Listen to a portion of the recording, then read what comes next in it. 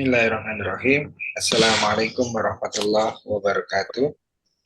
Waalaikumsalam. Alhamdulillah. Wassalatu wassalamu ala asrofi anbiya'i wal mursalin wa ala alihi wa sahbihi ajma'in. Asyhadu an la ilaha illallah wa asyhadu anna Muhammadan abduhu wa rasuluh. Allahumma sholli ala Muhammad wa ala ali Muhammad fil alamin innaka Hamidum Majid. Rabbi shrah li sadri wa yassir li amri wa hlul 'uqdatam min lisani yafqahu qawli amma ba'd.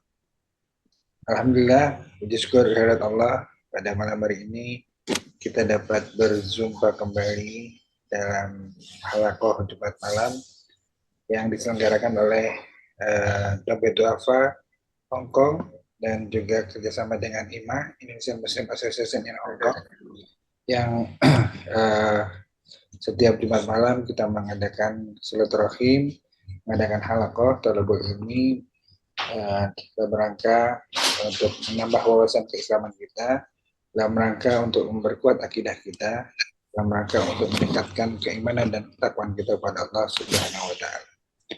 Alhamdulillah kita bisa istiqomah dan mudah-mudahan teman-teman yang hadir melalui online, melalui Zoom maupun yang hadir menyaksikan di Facebook Dompet Duafa Hong Kong mendapatkan berkah dan keberkahan dari majelis pada malam hari ini. Salam salawat semoga tetap tercurah untuk junjungan kita Nabi besar Muhammad Shallallahu Alaihi Wasallam, para sahabatnya, tabi'in, serta umat Islam memperjuangkannya, dan semoga kita termasuk di dalamnya. Semoga kita semua mendapatkan syafaat dari beliau di yaumil akhir nanti. Amin amin ya rabbal alamin. Bapak-bapak sekalian dan juga ibu-ibu yang teman-teman yang menyaksikan atau mengikuti di Facebook Dompet Duafa Hong Kong. Malam hari ini kita akan mendiskusikan atau menyampaikan satu tema yang sangat menarik mengenai orang tua yang durhaka pada anak atau durhaka orang tua pada anak. Nah, ini tema yang sangat menggelitik karena biasanya kita tahu istilah durhaka itu adalah anak pada orang tua. Gitu. Tapi ternyata ada satu kaidah juga yang nanti akan disampaikan bahwa orang tua pun bisa durhaka pada anak. Apakah itu? Nah, coba nanti akan dipaparkan oleh Ustadz kita, Ustadz Muslim Mutakin yang sudah ikut hadir dalam Zoom online ini. Dan sebelum kita memulai, mari kita sama-sama membuka dengan bacaan basmalah. Bismillahirrahmanirrahim. Baik, selanjutnya saya persilakan Ustaz Muslim Mutakin untuk menyampaikan paparan. Kepada Ustaz.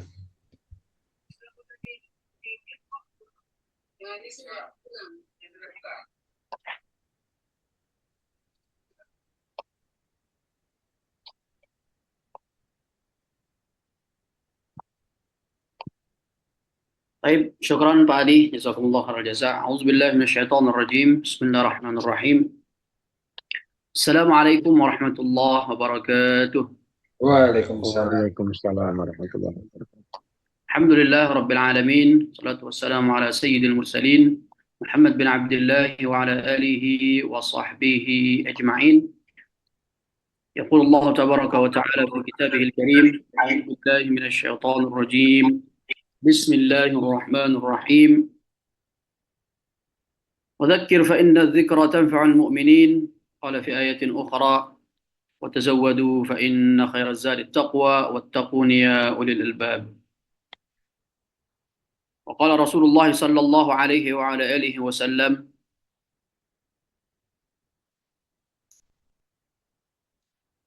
الدين النصيحة. قالوا لمن يا رسول الله؟ قال رسول الله صلى الله عليه وسلم: لله ولكتابه ولرسوله ولأئمة المسلمين وعامتهم.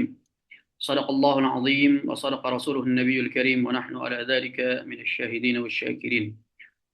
Alhamdulillah, segala puji bagi Allah Rabb semesta alam yang telah menganugerahkan kepada kita semua kesehatan dan kesempatan sehingga alhamdulillah pada kesempatan yang mulia ini kita semua bisa bergabung kembali untuk sama-sama belajar, diskusi, bertukar pikiran Ya, ini semua berkat rahmat dan nikmat dari Allah Subhanahu wa taala. Adalah sebuah kewajiban bagi kita untuk bersyukur kepada Allah Subhanahu wa taala atas nikmat-nikmat tersebut. Kemudian salawat dan salam eh, pada Rasulullah sallallahu alaihi wasallam, pada keluarga beliau, sahabat-sahabat beliau, para ulama, tabi'in, atba'ut tabi'in, serta orang-orang yang memperjuangkan agama Allah Subhanahu wa taala dan menegakkan sunnah Rasulullah sallallahu alaihi wasallam. Semoga kita semua menjadi bagian dari mereka. Amin ya rabbal alamin. Jamaah sekalian dimuliakan oleh Allah Subhanahu wa taala.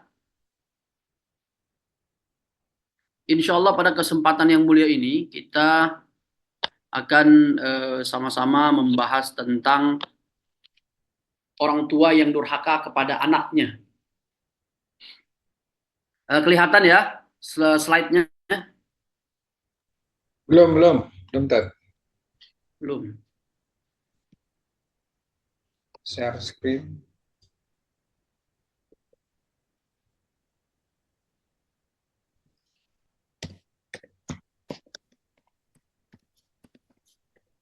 Tat. Sudah kelihatan? Kelihatan. Full? Full ya? Full. Oh, mantap ini. Lah, kok jalan sendiri? Baik. Jamaah sekalian dimuliakan oleh Allah Subhanahu wa taala. Insyaallah materi kita pada kesempatan yang mulia ini adalah orang tua yang durhaka kepada anaknya. Kalau selama ini kan yang sering kita dengar itu anak yang durhaka kepada kedua orang tua. Di ceritanya Malik Kundang misalkan dan seterusnya ya. Nah, itu apa namanya? Sering kita dengar kisah-kisah tentang itu. Nah, insya Allah pada kesempatan yang mulia ini kita semua akan sama-sama belajar dan membahas yang berkaitan dengan orang tua yang durhaka kepada anaknya. Jadi orang tua juga bisa durhaka ternyata. Jadi nggak cuma anak yang durhaka kepada kedua orang tua. Baik, jamaah sekalian dimulakan oleh Allah Subhanahu wa taala. Rasulullah Shallallahu alaihi wasallam bersabda, ya, kalau kita perhatikan lagi sebenarnya banyak sekali dalil-dalil yang berkaitan dengan gimana Rasulullah Shallallahu alaihi wasallam menjelaskan secara gamblang terkait kewajiban ya seseorang, terutama seorang kepala keluarga, seorang laki-laki, bahkan ibu juga disebut di beberapa hadis, bahwasanya kedua orang tua itu memiliki tanggung jawab yang besar ya terhadap terutama kepala keluarga terhadap anggota keluarganya. Di antaranya beberapa hadis yang akan kita sebutkan berikut. Yang pertama, Rasulullah Shallallahu alaihi wasallam bersabda, "Innallaha sa'ilun kulla ra'in amma istar'ahu. Ahafidha am dayya'a hatta yas'al ar-rajula an ahli baitihi." Sesungguhnya Allah akan menanyakan setiap pelindung atas tanggungannya. Jadi setiap kalau ra'in itu penggembala ya. Jadi saya menerjemahkannya pelindung aja lah. Jadi orang yang melindungi atau orang yang memiliki tanggung jawabnya. Itu Allah Subhanahu wa taala akan menanyakan ya atas tanggungannya, apakah dia menjaganya atau menyia-nyiakannya. Hingga pada gilirannya Allah akan meminta pertanggungjawaban dari seorang lelaki terhadap anggota keluarganya. Jadi seorang yang diberikan diamanahkan oleh Allah untuk memiliki istri, ya apalagi kalau istrinya lebih dari satu, nah itu siap-siap itu ya, siap-siap di akhirat nanti Allah Subhanahu wa taala akan menanyakan, ya, kenapa kok Anda punya istri dua gitu ya. Bukan kenapa ya. Oh iya benar, kenapa ya? Apakah karena hawa nafsu ataukah karena ingin mendekatkan diri kepada Allah Subhanahu wa taala atau yang lainnya. Begitu juga yang punya anak, ya, anaknya satu, alhamdulillah ya. Kalau satu tanggung jawabnya dikit. Semakin banyak anak, maka semakin banyak tanggung jawabnya dan kebaikannya juga semakin banyak. Jadi setimpal tanggung jawabnya dengan kebaikan. Kemudian jamaah sekalian dimuliakan oleh Allah Subhanahu wa taala. Hadis yang kedua, Rasulullah Shallallahu alaihi wasallam pernah bersabda, "Ma min 'abdin yastar'iyahu Allah ra'iyatan yamutu yawma yamutu wa huwa ghashin li ra'iyatihi illa harramallahu alaihi al-jannata." Tidaklah seorang hamba selama hidupnya dibebankan tanggung jawab oleh Allah hingga pada hari dia meninggal dan dia wafat atau meninggal dalam keadaan berkhianat atas tanggung jawabnya, maka Allah Subhanahu wa taala akan mengharamkan baginya surga. Ini jamaah sekalian dimuliakan oleh Allah Subhanahu wa taala, satu dari sekian banyak ancaman dari Allah Subhanahu wa taala bagi seorang suami, seorang bapak yang menyia-nyiakan tanggung jawabnya sebagai kepala keluarga. Jamaah sekalian dimuliakan oleh Allah Subhanahu wa taala, kemudian di hadis ketiga ini yang sering kita dengar ya, dari Umar radhiyallahu anhu, beliau mengatakan bahwasanya Rasulullah sallallahu alaihi wasallam pernah bersabda, "Kullukum ra'in wa kullukum mas'ulun an ra'iyatihi." Al-imam ra'in wa mas'ulun an ra'iyatihi.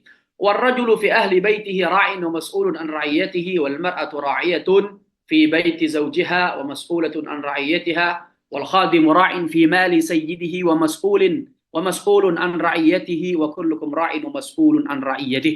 Setiap kalian adalah pelindung atau penjaga dan setiap kalian bertanggung jawab atas tanggungan kalian. Pemimpin melindungi dan bertanggung jawab bagi tanggungannya, dan lelaki bertanggung jawab bagi anggota keluarganya, dan wanita bertanggung jawab di dalam rumah suaminya, dan pembantu bertanggung jawab terhadap tugas dan harta tuannya, dan setiap kalian menjadi pelindung dan penjaga bagi tanggungan kalian. Ini hadis yang ketiga. Kemudian jamaah sekalian dimuliakan oleh Allah Subhanahu wa taala, sebelum kita masuk kepada detail pembahasan. Oh, ini kepotong ini ya. Sebelum kita masuk pada pembahasan ini, ada sebuah kisah ya yang terjadi antara seorang lelaki yang bernama Far'an bin Al-A'raf ya, di masa Umar bin Khattab radhiyallahu taala anhu. Sebagian para ulama mengatakan, ya ulama kontemporer mengatakan bahwasanya kisah ini tidak pernah terjadi atau kisah ini tidak memiliki tidak memiliki dasar ya. Akan tetapi di beberapa kutub kita bisa menemukannya, di beberapa buku kita bisa menemukan kisah ini ya. Meskipun kisah ini adalah kisah yang kita diragukan kejadiannya, akan tetapi maknanya sangat benar ya, maknanya betul sekali ya, tidak bertentangan dengan syariat, sesuai dengan syariat ya. Ja'a rajulun Far'an bin Al-A'raf kunyatuhu Abul Manazil. Datang seseorang yang bernama Far'an bin Al-A'raf, atau biasa dia dipanggil dengan Abul Manazil, ila Umar bin Al-Khattab radhiyallahu anhu yashku ilaihi uquq ibnihi. Dia datang kepada Umar bin Khattab yang menjadi khalifah saat itu. Dia mengadu ya, mengadu kepada Umar bin Khattab terkait anaknya yang yang durhaka kepada dia atau yang tidak berbuat baik kepada dirinya sebagai bapaknya. Fa akhdara Umarul walada al-walida wa ibnahu ya. Ini kurang alif ya di sini. Kemudian Umar bin Khattab radhiyallahu taala anhu menghadirkan dua-duanya, datang panggil anakmu gitu ya. Terus datanglah kedua-duanya wa annabahu ala uquqihi li abihi. Kemudian Umar bin Khattab radhiyallahu taala anhu menyampaikan kepada dia terkait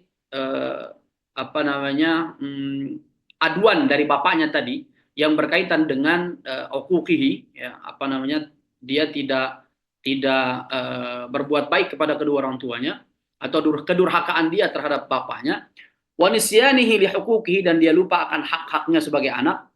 Faqala al-waladu, kemudian anak berkata, ya Amirul Mukminina, alaysa lil waladi huququn ala abihi.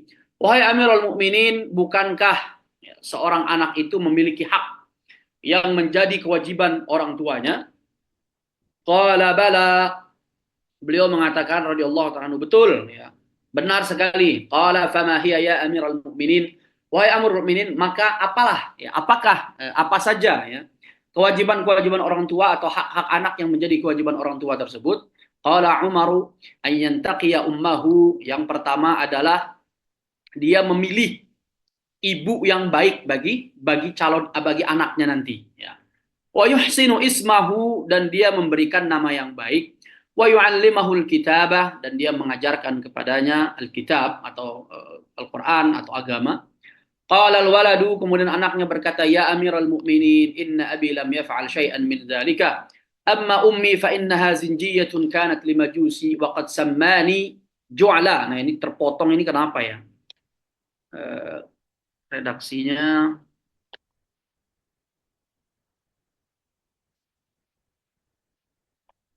wa qad sammani ju'la.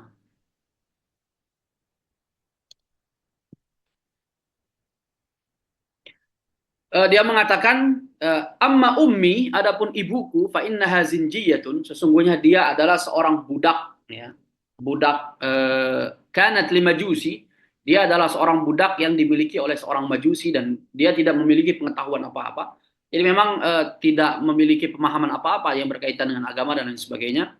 Waqad sammani Ju'la, dan dia telah memberikan saya nama Ju'la, au khanfasa, ya. Itu Ju'la itu kumbang, ya. Jadi anaknya dikasih nama kumbang, ya. Itu ya, hewan kumbang itu ya. Walam yu'allimani minal kitabi harfan wahida, dan dia tidak pernah mengajarkan kepada saya satu huruf pun dari Al-Qur'anul Karim. Faltafata Umaru ila rajuli wa qala lahu, kemudian Umar melihatnya, menoleh kepada lelaki itu, kepada bapaknya, kemudian berkata, "Ji'ta ilayya tashku 'uquqa ibnika." Kamu datang kepada aku, kemudian kamu mengadu akan anakmu yang tidak berbuat baik kepadamu, wa qad aqaqtahu qabla an yu'aqqiq.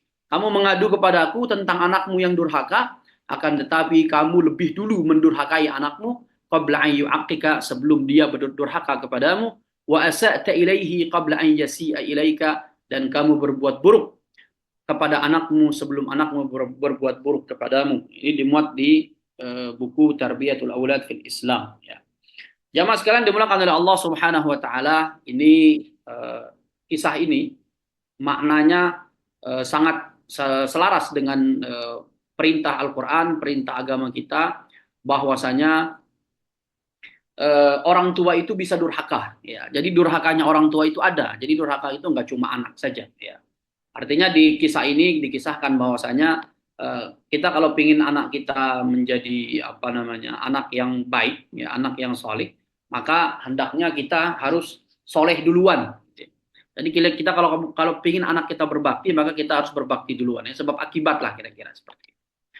Nah, jamaah sekalian dimulakan oleh Allah Subhanahu wa taala, kemudian kita semua tahu, ya, hadis ini, ya, yang diriwayatkan oleh Abi Hurairah radhiyallahu taala anhu, beliau mengatakan bahwasanya Rasulullah sallallahu alaihi wasallam bersabda, "Idza mata ibnu Adam anqata anhu 'amaluhu illa min thalath, shadaqatin jariyatin aw 'ilmin intafa'a bihi aw waladin salih yad'u lahu," rawahu Muslim, ya. Apabila wafat anak Adam, maka terputuslah seluruh amal kebaikannya kecuali dari 3 hal: sedekah jariah atau ilmu yang bermanfaat, atau anak saleh yang mendoakan orang tuanya.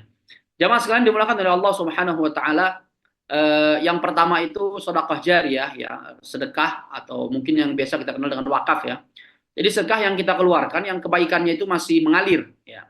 Jadi harta yang kita keluarkan kemudian untuk dibelanjakan sesuatu, kemudian sesuatu itu meskipun kita sudah wafat masih digunakan, masih dimanfaatkan oleh orang-orang yang masih hidup. Kemudian kebaikan itu mengalir kepada kita meskipun kita sudah wafat, ya. Atau biasalah kita sebut dengan wakaf, ya. Jadi wakaf, ya. Jadi wakaf itu misalkan kita memberikan sebidang tanah untuk dibangunkan pesantren, untuk dibangunkan masjid, untuk misalkan diolah apa namanya, misalkan tanah perkebunan untuk ditanami apa namanya, pohon-pohon yang yang bisa menghasilkan buah yang bagus, kemudian buahnya dimanfaatkan dan seterusnya. Nah, itu akan mengalir bagi kita meskipun kita sudah wafat, ya. Kebaikannya selama dia masih digunakan, selama masih dipakai, misalkan Al-Quran, selama Al-Qurannya masih ada dan dibaca, jadi nggak cuma ada doang, tapi dibaca dan dipakai, maka insya Allah kebaikannya akan tetap mengalir, ya. Dan para ulama mensyaratkan apa namanya, wakaf itu bukan sesuatu yang dikonsumsi, ya. Jadi bukan sesuatu yang dikonsumsi, yang bisa dikonsumsi dan diutamakan dia itu tidak cepat rusak, ya. Karena apa namanya, semakin lama dia rusak, semakin lama dia hancur, semakin lama dia hilang, maka semakin panjang apa namanya, kebaikannya akan mengalir kepada kita yang sudah wafat. Kemudian yang kedua, ilmu yuntafa'u bihi, ilmu yang bermanfaat. Ilmu yang bermanfaat itu maksudnya adalah ilmu yang kita amalkan, kemudian kita ajarkan kepada orang lain. Dan syarat ilmu itu, jamaah sekalian dimulakan oleh Allah SWT, syarat ilmu bermanfaat itu adalah dikerjakan oleh orang yang kita ajarkan, kemudian apa namanya, ilmu itu diajarkan kepada orang lain. Jadi kalau nggak dikerjakan, cuma jadi dia cuma tahu aja tapi nggak dikerjakan, ya bukan amal soleh, ya. Bukan ilmu bermanfaat, kira-kira begitu. Jadi ilmunya diem aja di otak gitu, tapi nggak dipraktekkan. Misalkan kita mengajarkan kebaikan kepada anak, anak itu nggak pernah mengerjakan kebaikan yang kita ajarkan, ya, dia diam aja nggak melaksanakannya, dan dia tidak mengajarkannya kepada orang lain, maka ilmu itu tidak bermanfaat. Maka bermanfaatnya ilmu itu dengan diamalkannya, kemudian diajarkannya kepada orang lain. Ya. Khairukum man ta'allama al-Qur'ana wa 'allamahu, sebaik-baik kalian adalah yang mempelajari Al-Qur'an dan mengajarkannya. Jamaah sekalian dimulakan oleh Allah Subhanahu wa taala. Kemudian yang ketiga adalah waladin salih yad'u lahu, anak soleh yang mendoakannya. Jadi poin yang ketiga ini yang paling susah, ya. Poin yang ketiga ini yang paling susah, jamaah sekalian dimulakan oleh Allah Subhanahu wa taala. Sedekah jariah kalau kita sudah ketika kita masih hidup gampang aja ya, tinggal keluarin duit, datang misalkan cari orang yang sedang bangun masjid, atau misalkan datang cari orang yang sedang butuh pesantren, atau ada pesantren yang membutuhkan sumur, misalkan kita wakaf sumur dan seterusnya, bisa ya. Dan para ulama kontemporer mengatakan membolehkan ya kita wakafnya dengan dengan duit ya, dengan uang ya. Kemudian uang itu nanti akan dibelikan oleh pengelolanya, oleh nazirnya, untuk dibelikan ya aset wakaf yang diinginkan, kira-kira begitu. Kemudian begitu juga ada ilmu ya. Jadi dua hal pertama ini gampang-gampang susah ya, gampang bagi orang yang insya Allah dimudahkan oleh Allah dan memang menginginkan untuk melakukan itu.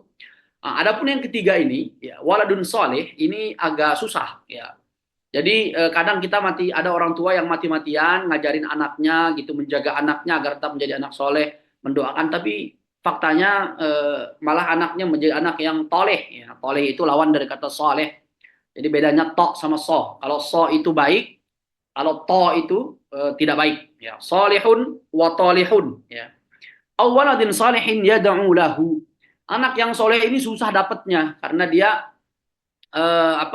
solehnya orang tua itu tidak menjadi jaminan anaknya ikut soleh juga. Misalnya kita lihat anaknya Nabi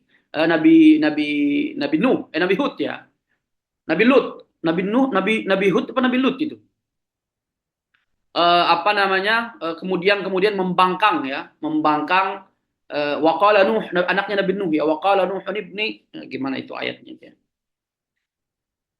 Sebentar saya cari. Nabi Nuh ya, waqala yang Nuh disuruh naik ke kapal.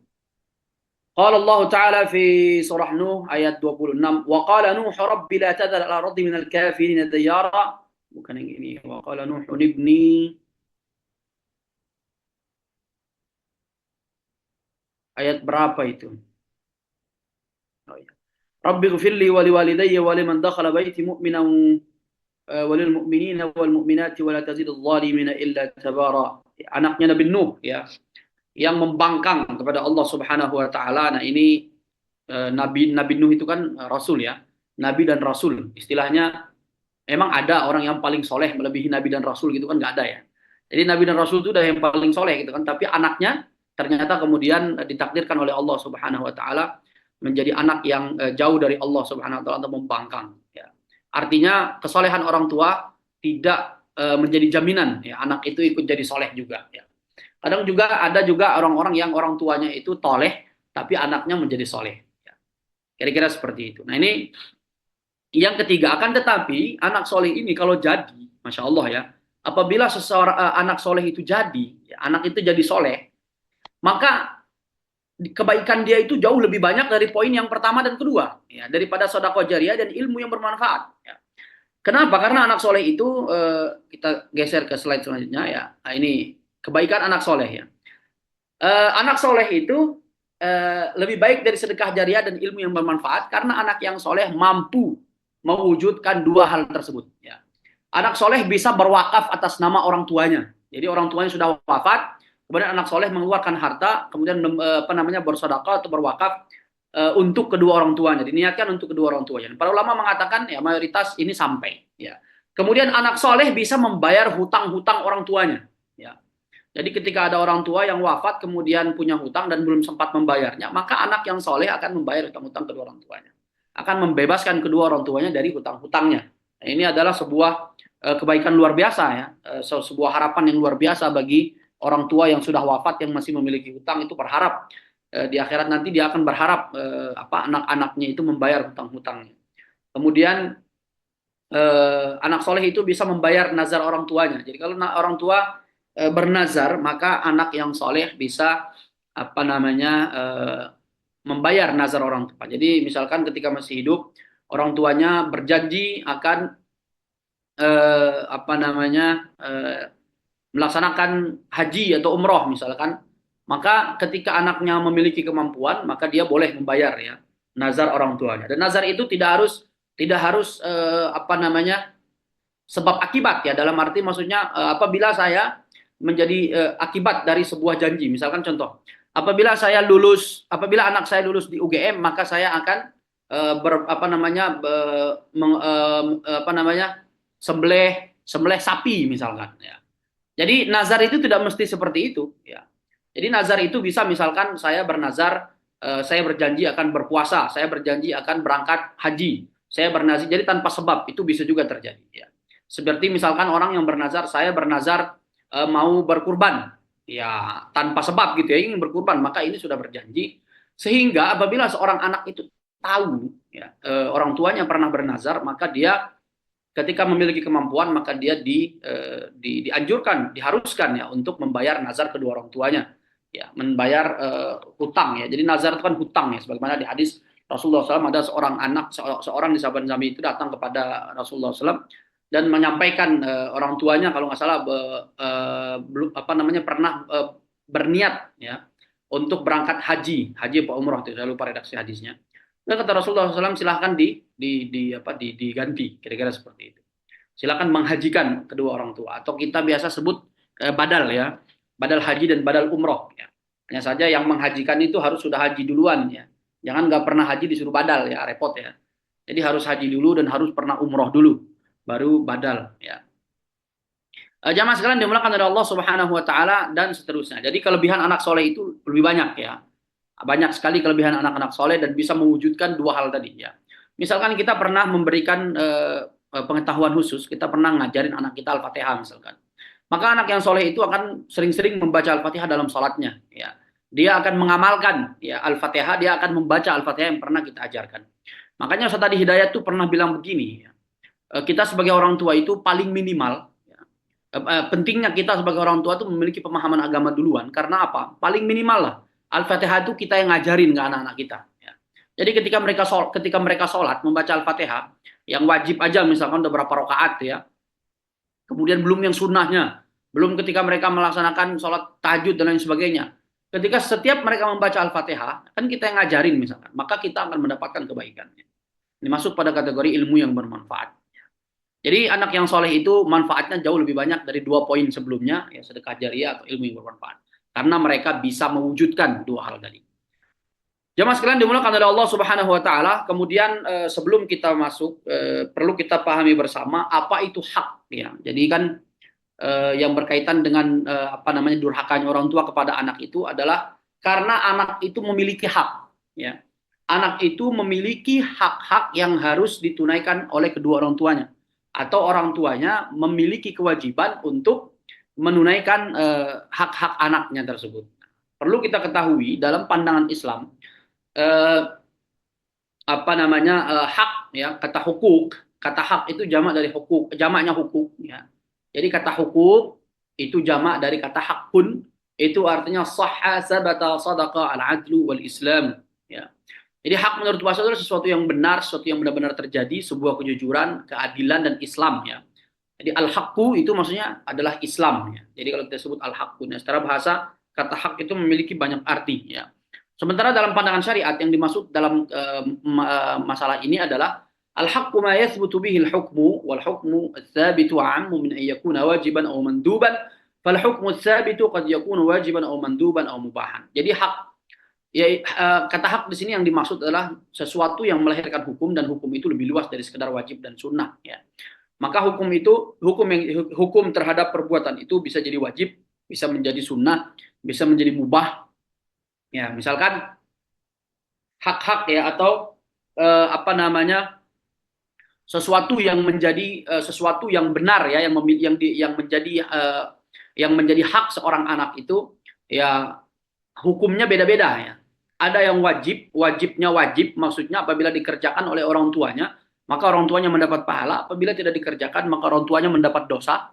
Ada juga yang hak-hak itu menjadi hukumnya bukan wajib, tapi sunnah misalkan. Seperti akikoh misalkan ya. Meskipun sebagian kecil para ulama mengatakan akikoh itu hukumnya wajib, tapi mayoritas para ulama mengatakan hukumnya sunnah ya. Hukumnya sunnah ya. Jadi misalkan akikoh ya, akikoh itu bukan wajib, kira-kira begitu.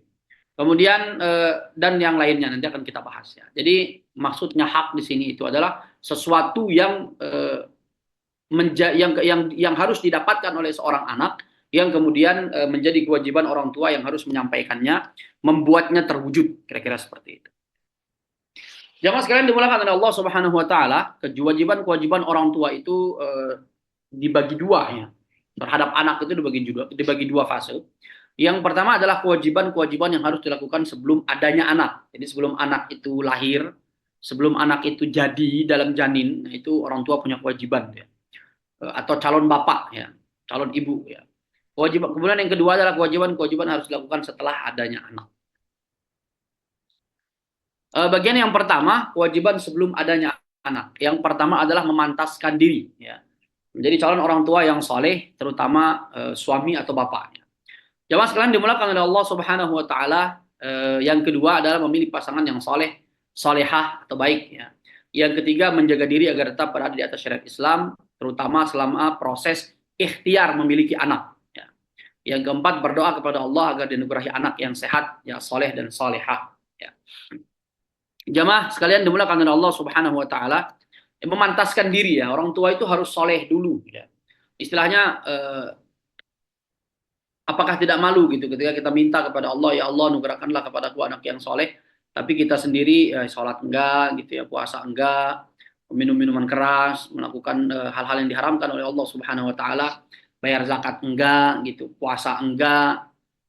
Jadi aneh gitu ya.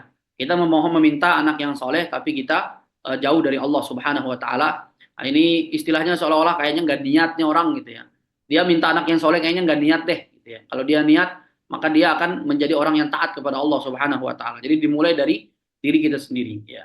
Memang kesolehan orang tua tidak menjamin kesolehan anak ya, tapi mayoritas anak-anak yang soleh itu orang tuanya juga soleh ya. Kira-kira seperti itu. Fakta dalam kehidupan kita memang demikian ya. Mayoritas anak-anak yang soleh itu ya lahir dari orang tua yang memperhatikan diri mereka sendiri ya, terkait dalam ketaatan kepada Allah Subhanahu wa taala ya. Misalnya ketika kita masih kecil tuh ya, ketika kita masih kecil tuh apa namanya, kadang kalau dibilangin sama emak tuh ya, le pergi sholat ke masjid sono gitu kan. Kita santai aja gitu, masih masih depan TV gitu main-main gitu. Tapi pas ketika apa namanya, bapak kita keluar udah pakai sorban, udah pakai peci itu ya, kita langsung ngekor di belakangnya ya. Kita langsung ngekor, ayo bang sholat, bang adek ayo sholat, langsung ikut gitu, ikut berangkat ke masjid ya. Karena memang kan kalau kita lihat di apa namanya, psikologis anak itu kan, anak-anak itu kan masih ketika masih kecil tuh lebih peka terhadap contoh ya, tamatsul ya. Jadi mereka mengikuti perbuatan ya. Kadang dikasih tahu tuh ya nggak connect gitu. Dikasih tahu tuh nggak masuk telinga kanan keluar telinga kiri gitu. Tapi kalau ngelihat bapaknya berangkat langsung ikut berangkat. Lihat bapaknya ngaji langsung ikut ngaji. Kira-kira seperti itu. Melihat bapaknya bantu orang lain dia ikut gitu. Jadi apa namanya, orang tua yang soleh itu sedikit tidaknya akan memberikan efek terhadap solehnya anak ya. Kemudian jamaah sekalian dimulakan oleh Allah Subhanahu wa taala, mungkin kita tahu ya, saya yakin kita ingat ya, kisah apa namanya, kisah Nabiullah Khidir dengan Nabiullah Musa alaihi wassalam ya. Di ketika apa namanya, Nabi Musa alaihissalam belajar kepada Nabiullah Khidir ya, apa namanya, ketika ketemu dengan dinding ya, sebuah dinding yang jatuh itu ya, dinding yang jatuh ini. Dalam surah Al-Kahfi ayat 282, a'udzubillahi minasyaitonirrajim. Wa ammal jidaru fakana li ghulamaini yatimaini. Oh bukan. Oh ya benar ya. وأما الجدار فكان لغلامين يتيمين في المدينة وكان تحته كنز لهما وكان أبوهما صالحا فأراد ربك أن يبلغا أشدهما ويستخرج كنزهما رحمة من ربك وما فعلته عن أمري ذلك تأويل ما لم تسطع عليه صبرا. وأما الجدار فكان لغلامين يتيمين. Adapun dinding rumah itu adalah milik dua anak yatim di kota itu.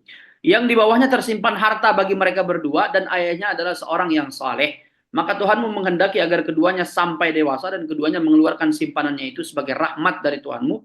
Apa yang kuperbuat bukan menurut kemauanku sendiri, itulah keterangan perbuatan-perbuatan yang engkau tidak sabar terhadapnya. Nah, jamaah sekalian dimulakan oleh Allah Subhanahu wa taala, di sini kan Nabiullah Khidir membantu tembok itu diangkat dan keluarkan itu ya harta. Nabiullah Musa alaihi salam protes, ngapain bantuin orang kenal kagak gitu ya. Kenal kagak gitu, kalau enggak minta upah gitu ya. Kemudian Nabiullah Khidir mengatakan wa kana abuhuma salihah ya. Imam Ibnu Katsir dalam tafsir beliau yang berkaitan dengan ayat ini, tafsir dari ayat ini ya. Beliau menyebutkan sahabat Nabi Ibnu Abbas radhiyallahu taala pernah berkomentar ya terkait ayat ini. Beliau mengatakan hufidha bi salahi abihima. Kedua anak tersebut dijaga oleh Allah karena kesalihan bapaknya. Kira-kira begitu. Jadi Allah Subhanahu wa taala menjaga mereka, kemudian memberikan keberkahan dan rahmat bagi mereka karena kesolehan bapaknya ya. Jadi jamaah sekalian dimulakan oleh Allah Subhanahu wa taala, sedikit tidaknya kesolehan orang tua itu berefek pada kesolehan anaknya. Dan juga nih kita kita lihat ya Imam Ibnu Katsir mengatakan yang berkaitan dengan ayat yang sama, ayat tersebut menjadi bukti bahwa seorang lelaki yang soleh akan dijaga keturunannya oleh Allah Subhanahu wa taala dan keberkahan ibadahnya meliputi anak dan keturunannya baik di dunia maupun di akhirat. Ya meskipun tidak 100% ya. Karena kita lihat ada orang-orang yang orang tuanya soleh tapi anaknya menjadi anak yang toleh misalkan. Itu ada juga ya. Kemudian kesalehan seorang bapak dan ibu akan memberikan efek pada saleh atau tidaknya anak mereka. Ya ayyuhalladzina amanu, At-Tahrim surah ayat 6. A'udzubillahi minasyaitonir rajim. Ya ayyuhalladzina amanu qu anfusakum wa ahlikum naran waquduha an-nas wal hijaratu 'alaiha malaikatun ghiladun shidad la ya'sunallaha ma amarahum wa yaf'aluna ma yu'marun. Wahai orang-orang yang beriman, jagalah dirimu dan keluargamu dari api neraka. Waquduha an-nas wal hijarah, ya, bahan bakarnya adalah manusia dan batu. 'Alaiha malaikatun ghiladun shidad. Ya, di neraka itu ada malaikat-malaikat yang kasar lagi keras ya. La ya'sunallaha ma amarahum wa yaf'aluna ma yu'marun. Mereka tidak akan pernah bermaksiat kepada Allah, membangkang kepada Allah, menolak perintah Allah ya, wa yaf'aluna ma yu'marun, dan selalu melaksanakan apa yang diperintahkan oleh Allah Subhanahu wa taala. Maka jamaah sekalian dimulakan oleh Allah Subhanahu wa taala, tanda orang beriman itu adalah dia menjaga dirinya dari kemaksiatan kepada Allah, dia menjaga dirinya agar selalu berada dalam ketakwaan, melaksanakan perintah-perintah Allah dan menjauhi larangan-larangan Allah Subhanahu wa taala. Dan dengan itu insya Allah ya, kesolehan orang tua itu akan menurun kepada anaknya. Misalkan kalau anaknya 4 gitu ya, mungkin alhamdulillah kalau semuanya jadi anak yang saleh dan salehah. Ya, sedikit tidaknya ada 2 lah, 3 lah gitu ya. Meskipun kalau kata orang padi itu mesti ada ininya, beras itu kan mesti ada yang masih jadi padi itu walaupun udah digiling gitu ya. Mayoritas jadi beras gitu ya, tapi masih ada aja yang masih ada kulitnya gitu ya, yang masih dalam bentuk padi, kira-kira seperti itu. Jadi orang tua yang soleh itu akan menurunkan kesolehan kepada anaknya meskipun tidak semuanya. Ya, kembali lagi jamaah sekalian yang dimuliakan oleh Allah Subhanahu wa taala kepada ketetapan dan takdir Allah Subhanahu wa taala. Ada orang-orang yang ditakdirkan oleh Allah anak-anaknya menjadi anak-anak yang soleh dan solehah, ada orang-orang yang ditakdirkan sebaliknya ya. Akan tetapi itu semua tidak ada yang tahu ya bagaimana kedepannya, apakah anak-anak kita akan menjadi anak-anak yang soleh atau anak-anak yang toleh. Itulah kenapa perlu ikhtiar ya. Salah satu ikhtiar kita adalah menjadi orang tua yang soleh ya. Jadi masuk pada kategori seorang tua yang durhaka itu adalah orang tua yang mereka sendiri toleh ya, mereka sendiri tidak soleh ya, mereka sendiri toleh bermaksiat kepada Allah Subhanahu wa taala ya.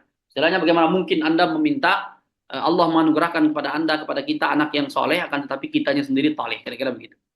Kemudian jamaah sekalian dimulakan oleh Allah Subhanahu wa taala memilih pasangan ini ya, ini penting juga ya. Rasulullah SAW bersabda, apabila datang seorang kepadamu ya, seorang lelaki kepadamu yang baik agamanya, maka nikahkanlah ya. Jadi anak perempuan itu dinikahkan sama orang yang baik agamanya. Kemudian di redaksi hadis yang lain, kama qala Rasulullah SAW di hadis yang lain, misalkan nikahilah seorang wanita itu karena hartanya ya, hartanya, kecantikannya, nasabnya, dan yang paling utama adalah agamanya. Jadi karena agama nomor 1, baru yang lainnya ya. Karena memang faktanya pemahaman agama lah yang akan membuat orang tua itu menjadi orang tua yang saleh ya. Kemudian yang ketiga, menjaga diri agar tetap berada di atas syariat Islam selama proses ikhtiar memiliki anak. Nah, ini penting jamaah sekalian dimulakan oleh Allah Subhanahu wa taala. Kemudian ini juga ya, penting juga menikah itu kenapa diharamkan pernikahan dengan saudara itu ya. Saudara kandung gitu ya, karena chance untuk anak menjadi cacat itu gede ya. Bahkan kita lihat misalkan orang-orang yang menikah dengan sepupu ya, sepupu satu ya. Jadi seorang yang menikah dengan anak bibinya atau anak saudara ibunya atau anak bibi atau anak Pak D gitu ya. Bule, Pak Le, Budi, Pak D itu banyak cacatnya. Ini meskipun diperbolehkan ya, tapi sudah agak jauh sih. Kira-kira seperti itu. Banyak juga yang kira-kira seperti itu ya. Dulu waktu di Pakistan juga banyak ya pengakuan-pengakuan dari teman-teman. Saya juga beberapa kali sempat bertanya tuh, kenapa banyak orang-orang di Pakistan itu yang cacat ya, anak-anak itu pada banyak yang cacat ya. Saya juga sering jumpa di mana, di jalan, di pasar ya, di kampus ya. Jadi kan mereka itu masih banyak yang nikah itu dijodohkan dengan sepupunya kayak gitu. Sepupunya bukan sepupu jauh ya. Ya sepupu kalau di Sumbawa itu sepupu itu kan ada angkanya gitu. Sepupu 1, sepupu 2, sepupu 3 gitu. Jadi sepupu 1 itu misalkan saya dengan anak bibi saya. Kemudian sepupu 2 itu anak saya dengan anaknya anak bibi saya gitu ya. Cucunya bibi saya dengan cucunya ibu saya itu sepupu 2. Terus turun ke bawah 3, 4, 5, 6, 7 ya. Jadi yang dekat itu sepupu 1. Kira-kira seperti itu. Nah, jamaah sekalian dimulakan oleh Allah Subhanahu wa taala. Kemudian ini penting ya, menjaga diri agar tetap berada di atas syariat Islam selama proses ikhtiar memiliki anak. Bahkan sebagian para ulama mengatakan, bukan sebagian ya, kebanyakan mengatakan bahwasanya salah satu sebab seorang anak cacat itu adalah mohon maaf jamaah sekalian dimulakan oleh Allah Subhanahu wa taala, melakukan hubungan suami istri melakukan hubungan intim yang diharamkan oleh Allah Subhanahu wa taala ya. Jelas ya dalilnya bahwasanya fa'tu ma syi'tum ya. Bagaimana ayatnya itu ya? Saya lupa. Fa'tuhunna haitsu ma syi'tum.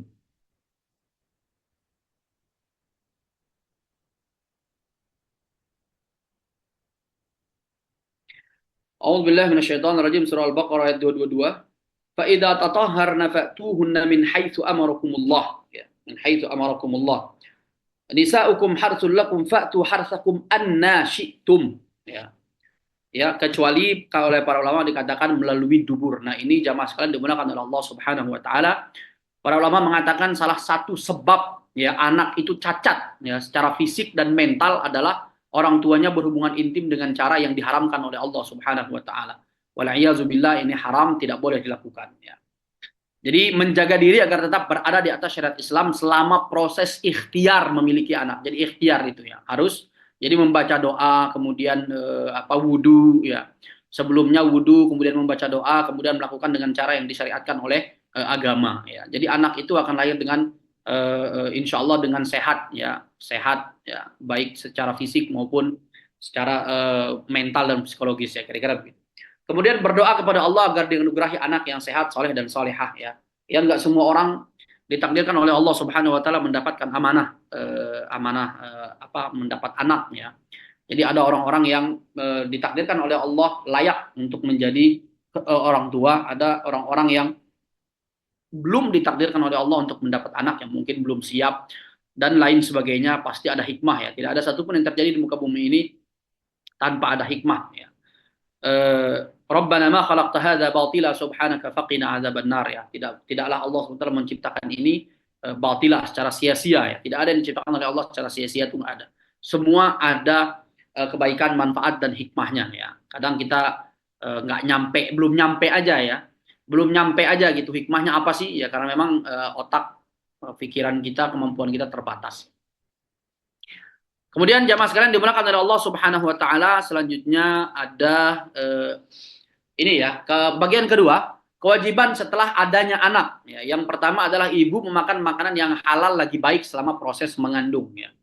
Nah, ini penting jamaah sekalian dimulakan oleh Allah Subhanahu wa taala. Karena anak itu janin itu kan mengkonsumsi apa yang dikonsumsi oleh ibunya, ya, kira-kira gitu. Sehingga Islam mengajarkan kepada kita anak itu diberikan makanan keluarga ini bagi terutama bagi bapak ya yang mencari nafkah.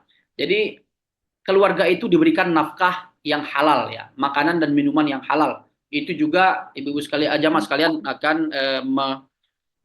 apa namanya mengarahkan ya, akan menghasilkan, ya, akan memberikan efek terhadap anak-anak yang saleh dan salihah. Jadi ibu misalkan kalau ingin anaknya cerdas itu banyak makan misalkan itu kacang-kacangan seperti pistachio, kemudian almond ya bagus untuk otak ya. Kemudian makan makanan ini ya seafood gitu ya, tapi seafoodnya yang benar gitu ya. Jangan seafood yang sudah diolah dengan cara-cara yang tidak benar gitu ya. Jadi apa namanya dulu kalau kalau ibu misalkan ya contoh ibu saya kalau dulu waktu hamil itu kalau lagi ngandung adik itu seminggu tuh berapa kali dalam sehari dalam seminggu tuh ya sampai 4 hari 5 hari pergi ke mana pergi ke pantai. Jadi kan kita di Sumbawa itu ada eh, apa pantai yang dia itu ininya apa airnya surut kemudian banyak karangnya. Jadi di situ ada apa? Ada banyak binatang-binatang laut, seafood-seafood, makanan seafood ya, kerang laut ya, kepiting gitu ya, dan lain sebagainya. Nah itu terus ada juga ini nih apa? Bulu babi itu ya, yang mahal tuh yang biasa kalau kita lihat di video-video YouTube itu di apa orang-orang Jepang itu ya. Kalau buat sushi itu, apa sih makanan itu taruh di atasnya itu ya. Jadi udah dibentuk terus taruh atasnya itu. Nah, itu dulu di apa orang tua saya itu suka makan itu. Jadi ke laut bawa nasi, terus bawa apa namanya? Bawang, cabe, terus mangga. Jadi ngiler itu ya ngingetnya. Enak banget soalnya. Ya. Jadi bawa mangga terus bawa nasi, terus diiris-iris kecil-kecil gitu ya, terus dicampur sama apa itu tadi ya yang apa bulu babi itu isinya ya yang masih apa masih seger. Jadi apa kotorannya dicuci, bagian dalam dibelah gitu dicuci kemudian ya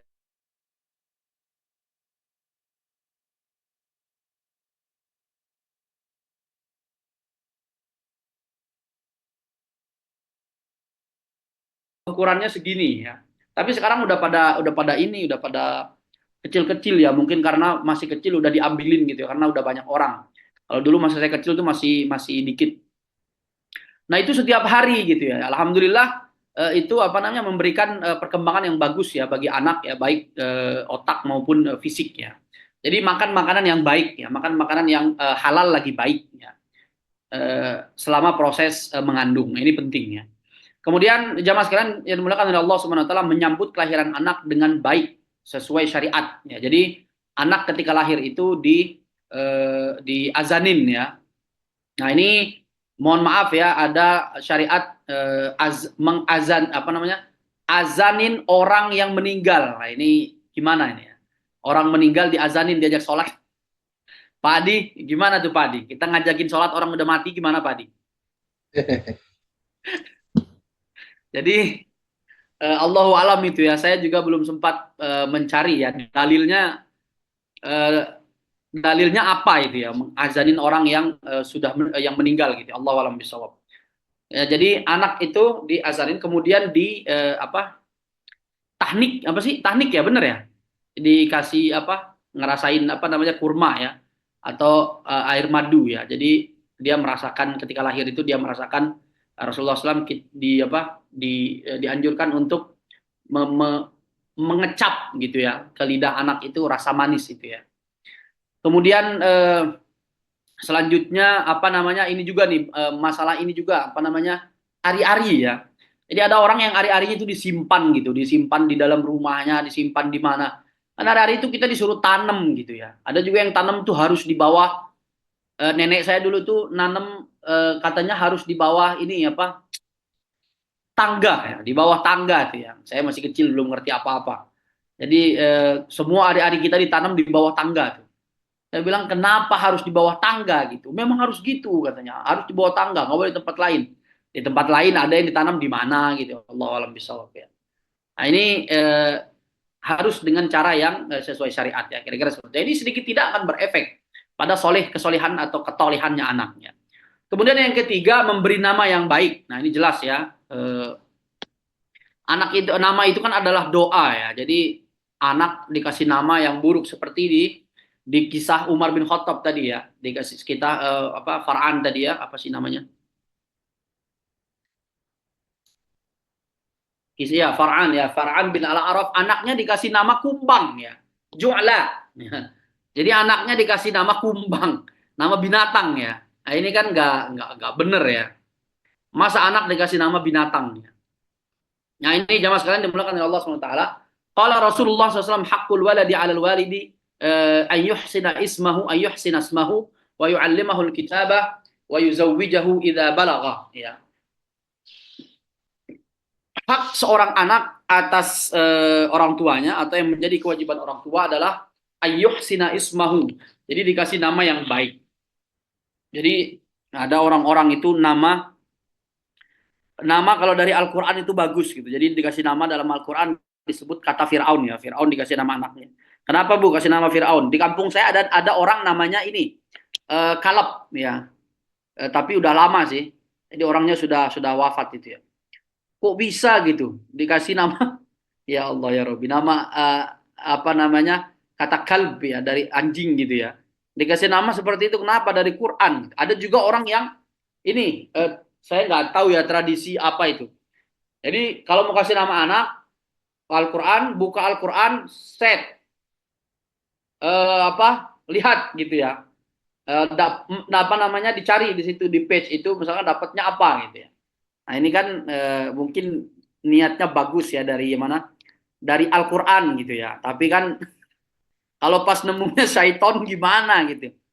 Jadi karena dia berpegang teguh pada tradisi itu, mau tidak mau ketika matanya tertuju pada kata syaiton ya gimana? Masa anaknya dikasih nama syaiton, kan nggak boleh. Kemudian jamaah sekalian, kita apa namanya juga tahu ya, Rasulullah SAW itu beberapa kali ya mengganti nama-nama para sahabat. Misalkan Hasan dan Husain ya. Hasan dan Husain itu dulu ketika lahir itu mau dinamakan oleh Ali bin Abi Thalib dengan nama apa saya lupa ya.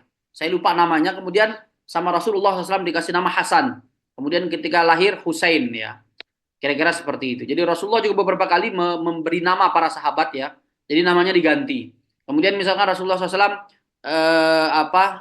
mengganti nama lembah dan lain sebagainya, dari lembah nama-nama yang buruk diganti kepada nama-nama yang baik ya. Jadi ini penting ya, nama yang baik itu bagus ya. Ya kita kasihan juga sama anak-anak kita nanti kalau misalkan lagi pas sudah gede pergi sekolah gitu ya, diejek sama teman-temannya, kamu namanya Kaleb ya, ya kan kasihan ya. Mesake jadinya dibully sama anak-anak yang lain karena nama anaknya jelek, kira-kira gitu, buruk ya, apa namanya, tidak sesuai gitu ya. Jadi namanya aneh gitu. Nah ini kemudian dari hadis dari Abu Darda radhiyallahu taala baru kata bahwa Rasulullah SAW pernah bersabda, sungguh kalian semua akan dipanggil pada hari kiamat dengan nama-nama kalian dan nama-nama ayah kalian, maka dari itu perbaikilah nama-nama kalian. Nama yang baik itu tidak harus dengan bahasa Arab, tidak harus dari bahasa Arab ya, tidak harus Bu, jamaah sekalian, tidak harus dari bahasa Arab ya, bisa dengan bahasa Indonesia ya, bisa dengan bahasa Inggris, nggak ada masalah. Yang penting artinya betul ya. Kemudian misalkan jangan sampai bertabrakan dengan bahasa yang kita kenal atau masyhur, di mana misalkan di bahasa tertentu artinya bagus, tapi di bahasa lain artinya buruk. Nah ini diperhatikan juga ya. Apalagi bahasa lain yang bermakna buruk itu lebih masyhur dari bahasa yang dipakai misalkan. Nah ini perlu diperhatikan juga ya. Kemudian nama yang baik tidak harus dari Quran ya, tapi kalau bisa dari Quran ya bagus, tapi harus sesuai. Misalkan Nabi Yusuf ya dalam Al-Quran, nama-nama Nabi, ya, nama-nama Rasul, nama-nama orang soleh, misalkan Imran, ya kira-kira seperti itu. Khidir misalkan, boleh ya, bagus malah. Kita tahu ya hadis Rasulullah SAW yang mengatakan sebaik-baik nama adalah Abdullah Abdurrahman tuh ya. Ini jadi kata Abdun kemudian disematkan kepada nama Allah Subhanahu wa taala. Allah, Abdullah, hamba Allah, Abdurrahman ya. Dan bahkan para ulama mengatakan haram hukumnya seseorang itu memberikan nama misalkan namanya dikasih nama Rahim misalkan. Jadi harus ada apa namanya? Kata hamba ya disematkan. Abdurrahman, Abdul Haris, dan seterusnya. Jamaah sekalian dimulakan oleh Allah Subhanahu wa taala, misalkan ini apa namanya sesuatu yang luar biasa ya. Jadi teman-teman waktu kuliah dulu, teman-teman Cina itu kita sampai bingung ya karena mahasiswanya banyak. Jadi mahasiswa luar negeri dari negara lain yang paling banyak itu dari Cina. Saat itu kita baru ratusan dari Indonesia, dari Thailand beberapa. Dari Cina itu sudah hampir 1.000. Banyak banget gitu. Sampai jadi mereka itu kalau apa namanya ke sana mereka kasih nama ini ya. Jadi kan nama mereka nama Cina. Nah, itu kita selain orang-orang China, orang-orang Chinese ya, kita bingung ya manggil mereka itu gimana, terutama para asatid ya, dosen-dosen di kampus tuh bingung gimana mereka manggilnya mereka. Nah, di kampus kita dibuatlah adat ya sama dosen sama apa namanya kampus kita dibuat adat setiap setiap Chinese itu harus, nah ini khusus Chinese ya karena namanya susah disebut. Setiap Chinese itu kalau ujian atau misalkan lagi apa namanya UTS gitu ya, di kertas jawabannya itu mereka harus mencantumkan nama aslinya sesuai dengan nama yang diregister di kampus plus nama kedua ya. Nama kedua yang gampang diingat ya. Kalau biasa kita bilang nama muslimnya lah kira-kira gitu ya. Kalau kata Pak Didi nggak ada nama muslim tuh ya. Sama artinya bagus ya. Jadi misalkan mereka ada, misalkan saya punya teman namanya Maguling ya, nama aslinya Maguling ya. Tapi dia memilih nama keduanya, nama Arabnya yaitu disebut Nuh ya. Jadi Maguling bukan Nuh, Abdullah ya.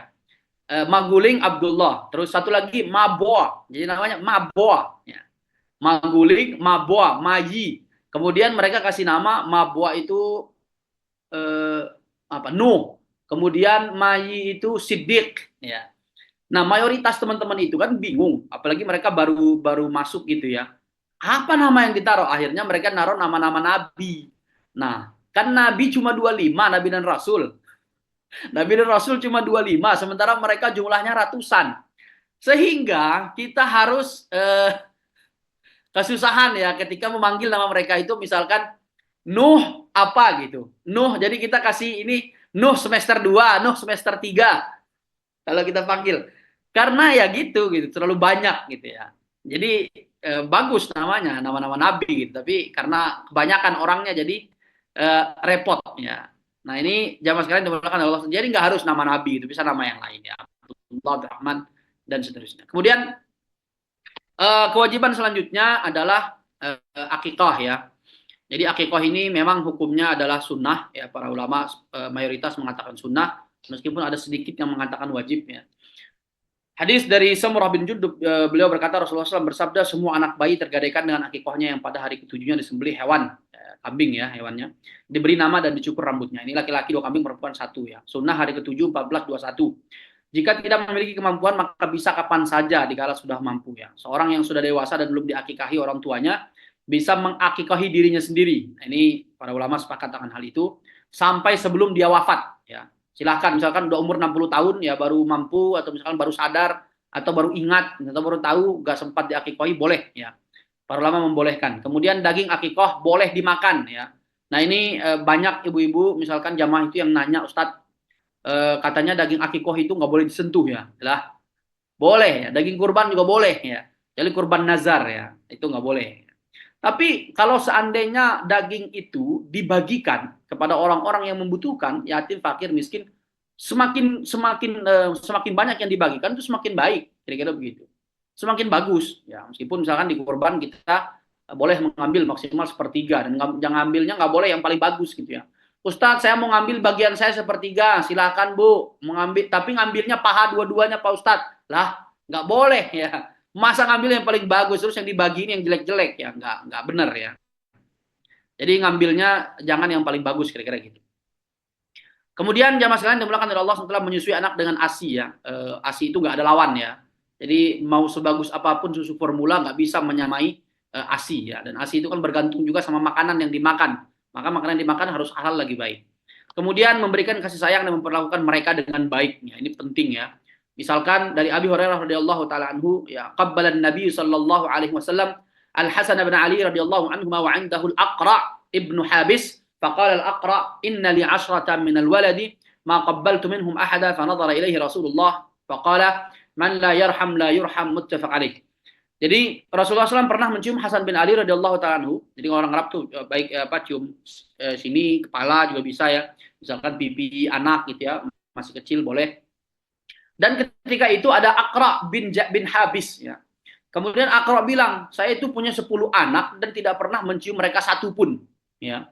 Kemudian Rasulullah SAW melihat kepada dia dan mengatakan, man la yarham la yurham ya, orang yang tidak mengasihani orang lain itu tidak akan dikasihani oleh Allah Subhanahu wa taala. Kemudian ini artinya belum sempurna. Kemudian Ana Aisyah radhiyallahu taala anha qalat qadima nasu min al-arabi ala Rasulullah sallallahu alaihi wasallam faqalu atuqabbiluna sibyanakum. Jadi ada sekelompok orang dari Arab ya, dari Arab Badui ya, datang kepada Rasulullah SAW kemudian mengatakan atuqabbiluna sibyanakum, kalian mencium kepala dan kening anak-anak kalian. Faqala na'am. Kalau Rasulullah na'am, qalu lakinna wallahi ma nuqabbil. Kalau kami enggak gitu, kami enggak mencium mereka. Faqala Rasulullah SAW aw amliku in kana Allah naza'a min qulubikum rahmata ya. Jadi kita mau ngapain gitu ya. Kita nggak bisa apa-apa seandainya Allah Subhanahu wa taala mencabut ya kasih sayang dari hati kalian ya. Artinya memeluk anak, mencium anak, itu membersamai anak itu adalah bagian dari kasih sayang dan itu adalah bagian dari fitrah ya dan anjuran Islam. Kemudian Jabir bin Abdullah qala Rasulullah sallallahu alaihi wasallam man la yarhamin nasa la yarhamhullah ya, orang yang tidak berkasih sayang kepada orang lain Allah tidak akan berkasih sayang kepada mereka. Qala Rasulullah sallallahu alaihi wasallam la asyhadu ala jurin ittaqullaha wa'dilu fi auladikum. Aku tidak mau menjadi saksi atas perbuatan zalim ya, bertakwalah kalian kepada Allah dan bersikap adillah kepada anak-anak kalian ya.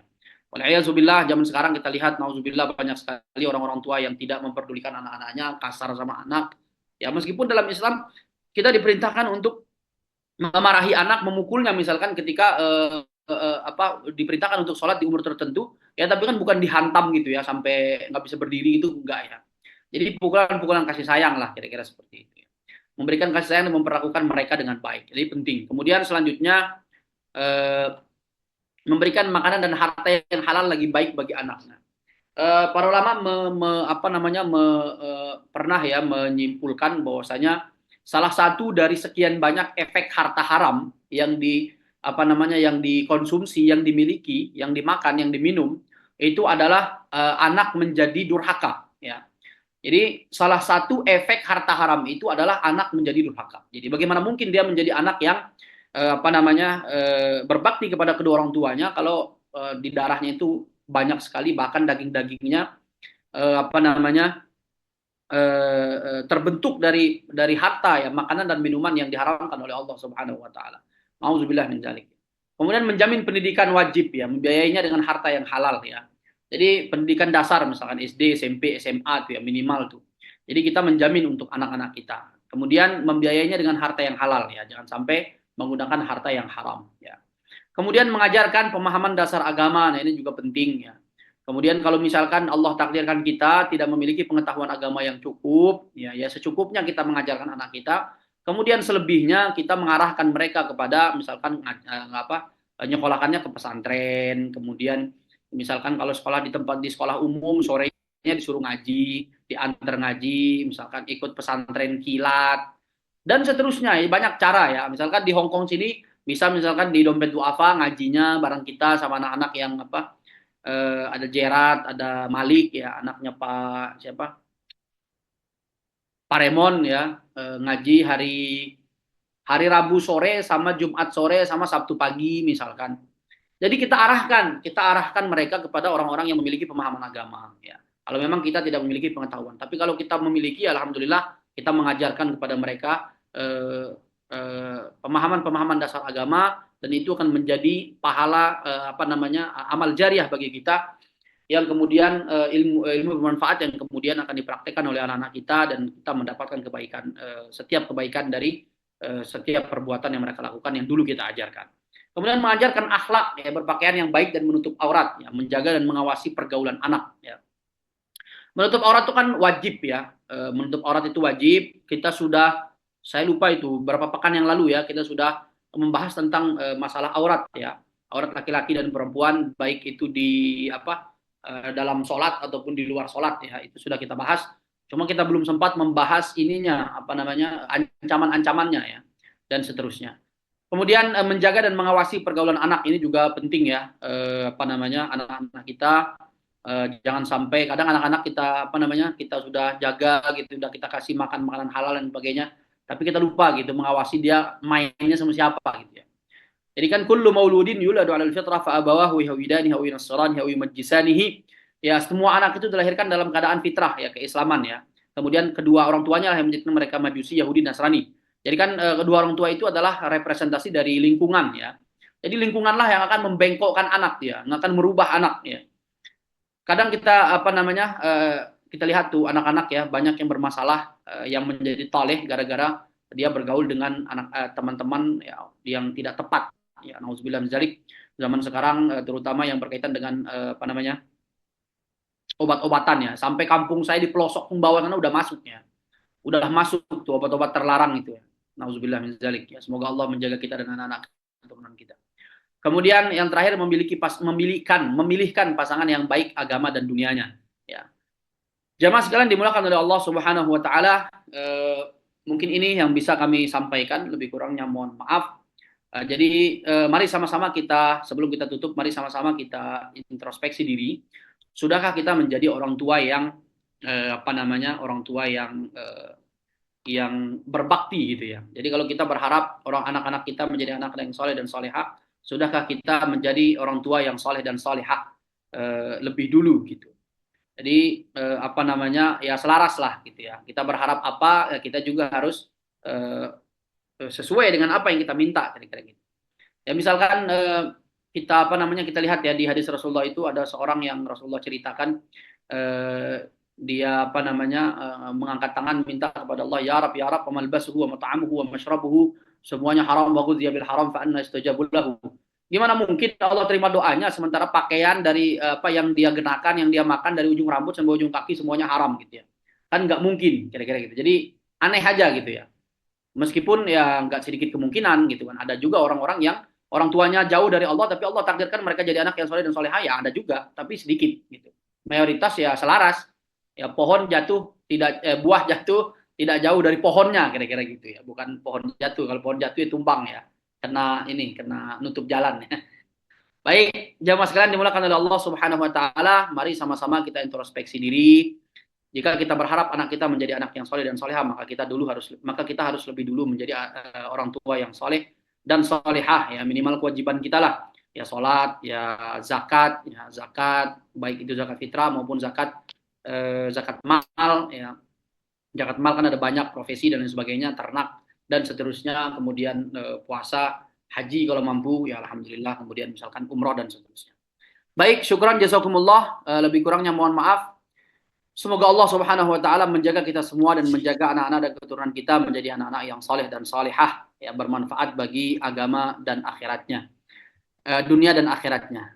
Terima kasih Pak Adi. Selanjutnya kami serahkan kepada Pak Adi untuk diskusi dan bertukar pikiran dan tanya jawab. Syukran, jazakumullah. Alhamdulillah, masya Allah sekali ini bahasannya. Jadi artinya kesimpulannya durhaka di sini maksudnya kalau orang tua tidak melaksanakan kewajiban tadi, Ustadz ya. Betul Pak. Jadi kita introspeksi apakah kita sudah melaksanakan kewajiban tadi. Banyak juga ya, tapi insya Allah mudah-mudahan semua yang hadir pada kesempatan malam hari ini sudah melaksanakan kewajibannya sehingga tidak termasuk kategori durhaka pada anak. Sebenarnya durhaka, melalaikan kewajiban berarti. Ya, melalaikan kewajiban, cuma bahasanya biar oke aja. Masya Allah. Baik, terima kasih Ustaz atas paparannya dan teman-teman yang di Facebook. Kita cukupkan sampai di sini. Dan mudah-mudahan bisa bermanfaat untuk menambah wacana dan sekaligus sebagai bahan renungan introspeksi untuk kita semua. Kami akan lanjutkan diskusi offline dari Facebook, tapi masih tetap online lewat Zoom. Baik, terima kasih.